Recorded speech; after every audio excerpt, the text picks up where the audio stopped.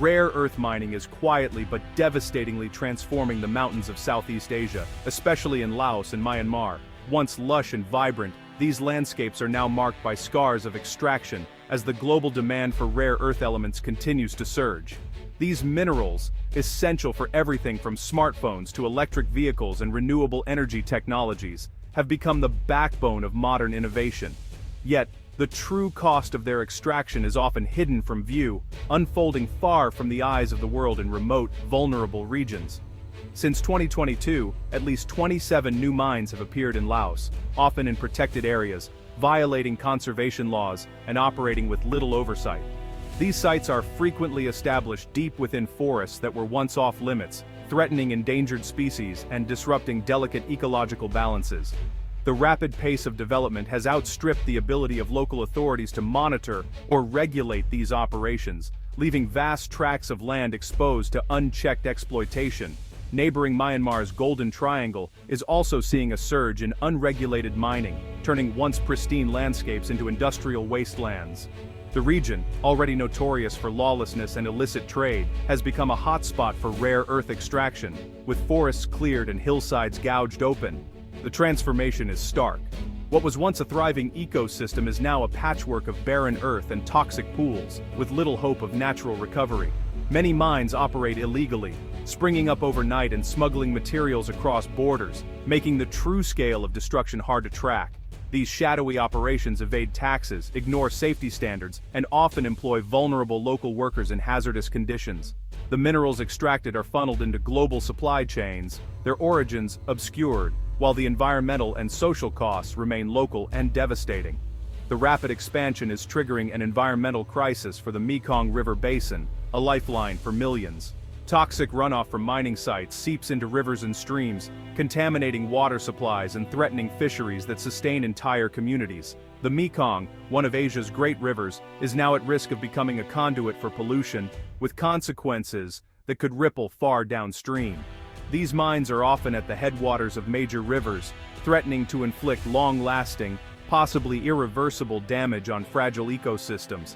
The destruction of riverbanks and wetlands not only endangers wildlife, but also undermines the livelihoods of farmers and fishers who depend on clean water. Once these ecosystems are damaged, recovery can take decades, if it happens at all. Foreign investors, lured by profit, are accelerating the devastation, with little regard for environmental fallout. International companies and financiers see opportunity in the region's lax regulations and abundant resources, pouring money into projects that prioritize short-term gain over long-term sustainability. Local communities, meanwhile, are often left out of decision-making processes, their voices drowned out by the promise of economic growth. Invasive methods, like in situ leaching, use harsh chemicals, often leading to widespread contamination and turning green hillsides into barren wastelands. These chemicals can seep deep into the soil and groundwater, poisoning crops and livestock, and posing serious health risks to nearby residents. The environmental damage is not limited to the immediate area. It can spread far beyond, affecting entire regions for generations. The scars left behind are stark reminders of the hidden environmental cost of our modern technology. Abandoned pits, polluted soils, and destroyed vegetation serve as lasting evidence of the price paid for progress. These wounds on the landscape are not easily healed, and their impact will be felt long after the mines have closed and the profits have been spent. This is the new frontier of rare earths, one with a price few see, but many will pay. As the world races toward a greener, more connected future, the burden of that progress falls heaviest on those least able to bear it. The challenge now is to find a balance between technological advancement and environmental stewardship before these hidden costs become too great to ignore. China's massive demand for rare earths is a driving force in the global economy. These minerals are crucial for the production of high-tech devices and green technologies. This demand is the main force behind the mining boom in Laos and Myanmar, where vast deposits of these valuable minerals are found. As a global manufacturing giant, China needs these minerals for everything from smartphones to electric vehicles. The country's factories churn out millions of products that rely on rare earths, making them indispensable to modern life. With stricter environmental controls at home, Chinese companies are moving operations to neighboring countries with weaker regulations. This shift allows them to continue extracting resources without facing the same level of scrutiny or environmental responsibility. Laos's economic dependence on China allows these activities to flourish, often sidestepping national bans and laws. The influx of Chinese investment is seen as a boon for the local economy, but it comes with significant strings attached. In Myanmar, Chinese operators set up mines with little local input, smuggling minerals directly across the border. This clandestine trade undermines local governance and deprives the country of potential revenue. This cross-border trade bypasses official channels, leaving local governments with the pollution, but none of the profits. The environmental degradation is severe, with rivers and landscapes bearing the brunt of unchecked mining activities. China maintains its dominance in rare earths while exporting the environmental and human costs to poor neighbors. The local communities, often impoverished, face the consequences of this exploitation with little benefit to show for it. The global push for clean energy is, ironically, creating a toxic legacy in Southeast Asia.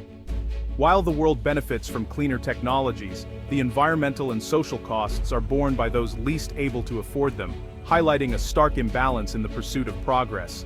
Rare earth mining is unleashing a wave of toxic pollution into the Mekong River and its vast network of tributaries. Once a lifeline for millions, the river is now under siege from the byproducts of industrial extraction. The water, once clear and teeming with life, now runs murky and discolored, a visible sign of the invisible dangers lurking beneath the surface. Chemicals like ammonium sulfate, heavy metals, and other hazardous substances are routinely discharged into streams and rivers. These pollutants poison the water, making it unsafe for drinking, bathing, and irrigation. The toxic cocktail not only threatens aquatic life but also seeps into the soil, contaminating crops and endangering entire ecosystems that depend on the river's health. This pollution doesn't respect borders. As the contaminated water flows downstream, it crosses into Cambodia, Laos, Thailand, Vietnam, and Myanmar, impacting millions of people who rely on the Mekong for their daily needs. The river, once a symbol of unity and abundance, now carries a shared burden of environmental harm. In Laos and Myanmar, chemical spills have triggered catastrophic fish die-offs, wiping out entire populations overnight. For local communities, this means the loss of a vital food source and the collapse of traditional livelihoods. Fishermen return with empty nets, and families struggle to find safe food and water. The toxins don't simply wash away, instead they settle into the riverbeds, creating a long-term reservoir of poison. During floods, these sediments are stirred up, re-releasing toxins into the water and perpetuating the cycle of contamination for years to come. The entire Mekong food web is now at risk. Fish, birds, and other wildlife accumulate these toxins, which then move up the food chain, ultimately endangering the health of people who depend on the river for sustenance. Even children playing by the water are exposed to unseen dangers. The river's slow poisoning is not just an environmental disaster, it's a crisis that will haunt the region for generations. The Mekong's toxic burden threatens the future of entire communities, making urgent action more necessary than ever. Local communities are paying the highest price for the rare earth boom. Deforestation and land seizures strip families of farmland and food sources, pushing them deeper into poverty. Fishing, once a staple, is collapsing as pollution kills off fish and taints the catch. Compensation for lost land is rare or inadequate, leaving villagers to fend for themselves. The destruction of land and rivers erodes cultural identity and social bonds, forcing migration and division. Economic promises from mining rarely reach locals. Instead, they inherit poverty and loss. The social and environmental costs are tearing communities apart. Toxic chemicals from rare earth mines are causing a growing health crisis. Villagers report skin rashes and lesions from contact with polluted water, but these are just the surface symptoms. Fear of contaminated food and water is widespread, undermining confidence in local produce and fish. Seasonal floods spread toxins further, poisoning fields and homes. Chronic exposure to heavy metals leads to kidney failure, neurological disorders, and cancer, especially in children. The true human cost may not be known for years, but the damage is already mounting. The region faces a public health emergency with no clear end in sight. Laws meant to control mining are failing across Southeast Asia. In Laos, national bans are ignored as local officials grant permits under economic pressure. Many mines operate illegally in remote protected areas, thriving on weak enforcement and corruption. Environmental agencies are underfunded and outmatched by powerful mining interests. Some officials are complicit, covering up pollution, or benefiting from illegal operations. Without strong political will and a crackdown on corruption, regulatory failures will persist. Communities remain unprotected as destructive mining expands unchecked. Despite overwhelming odds, local communities and grassroots groups are fighting back. They monitor pollution, collect evidence, and raise awareness, often with little support or resources. Official help is rare, leaving these groups to struggle against powerful mining interests.